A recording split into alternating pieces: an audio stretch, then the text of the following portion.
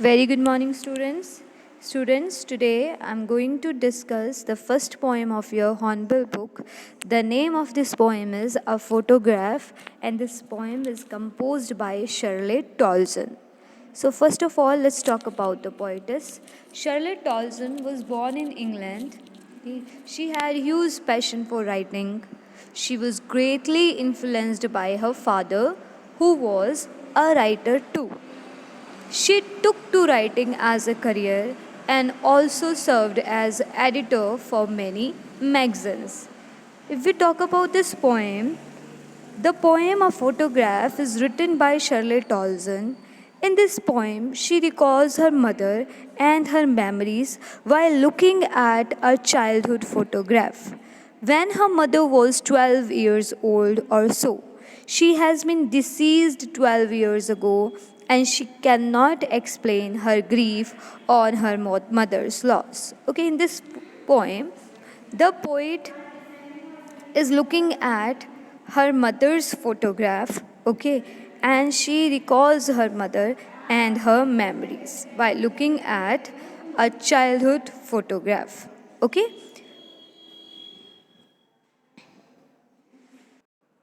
Let's start the poem.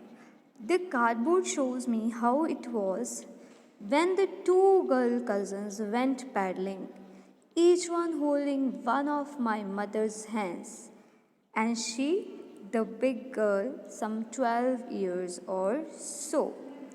Paddling here is walking. In this line, the poet is looking at the old photo album which is made up of cardboard. In the picture, there are three girls who are walking on the beach holding each other's hand.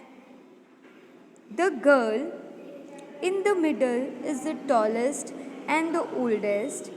The other two girls on each side are younger than her. The girl in the middle is the poet's mother.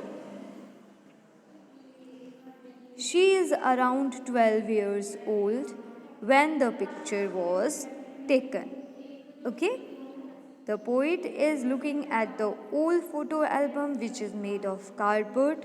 Okay, in the picture there are three girls who are walking on the beach holding each other's hand. So that picture is related to the sea beach holiday.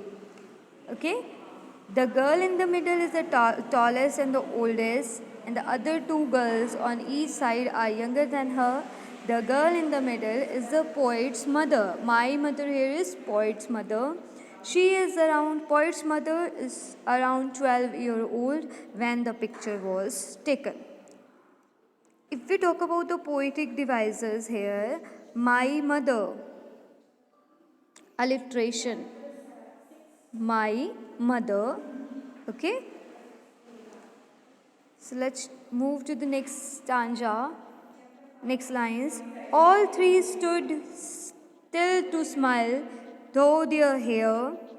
At the uncle with the camera, a sweet face, my mother's, that was before I was born, and the sea, which appears to have changed less, washed their terrible transient feet. Transient here is short term or temporary. In the above lines, the poet described how the photograph was taken. Her mother's uncle took the photograph and told them to stop and pose. All three of them left their wet hair open and smiled at the camera. The poet's attention is drawn toward her mother's face, which is described as a sweet face. The photograph was taken long before the poet was born. The poet calls their feet terrible transient as they were so young by then and now they had grown older. On the other hand, the sea, which touched their feet, has changed less. Transient feet, again alliteration. The poem is in a free verse, no rhyme scheme, okay?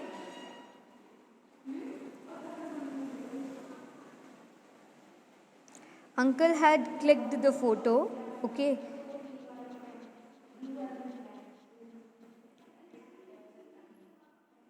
Some 20-30 years later, she had laughed at the snapshot. See Betty and Dolly, she had said, and look how they dress us for beach, the sea holiday. Snapshot here is photograph, okay. Some 20-30 years later, okay. After 20-30 years later, she here is mother of the poet, would laugh at the photograph. She would tell the poet to look at her cousins, to look at mother's cousins. The name of the cousins were Betty and Dolly, and how their parents would dress all three of them for the beach holiday. They would have planned to take a photograph beforehand. Okay. So the poet's mother cousins' names are Betty and Dolly, and they were enjoying the beach holiday when the photo was clicked. The sea holiday was her past, mine is her laughter, both vary with the labored ease of lows. Okay, very here is mocking or ironic. The poet recalls the sea holiday was her mother's favorite moment from the past, while the poet's favorite moment from the past was her mother's laughter. Both the women, poet and poet's mother, would think about those past memories which they cannot live again. Okay, they tried their best to adjust to what they lost. Both both sad because they lost something. Okay. Now she'd been dead nearly as many years as the girl lived, and for this circumstance there is nothing to say at all. It's silence, silences. Silence here is a complete absence of sound. In the above lines, in these lines, the poet says that her mother died 12 years ago, the same age her mother was in the photograph. Whenever the poet thinks of her mother's death, she cannot explain what effect she has left, what effect she has of her mother's death. Death has silenced her mother.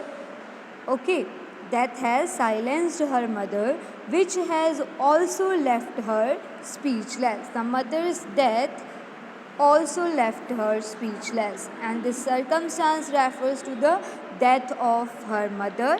Okay, and when she recalls her mother's memory.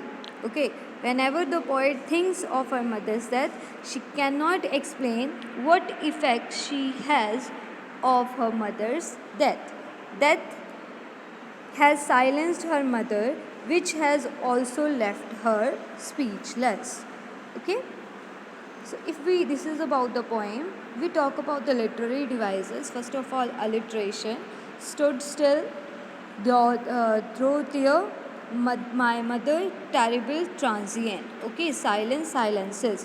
Oxymoron, a term which contradicts itself. Okay, the labored ease. Okay, this show the oxymoron.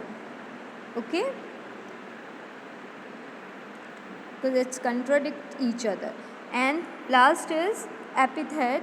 Epithet is a poetic device in which a phrase expressing a quality of a person or something. Okay, like terribly transient. Terribly transient is the example of epithet poetic device.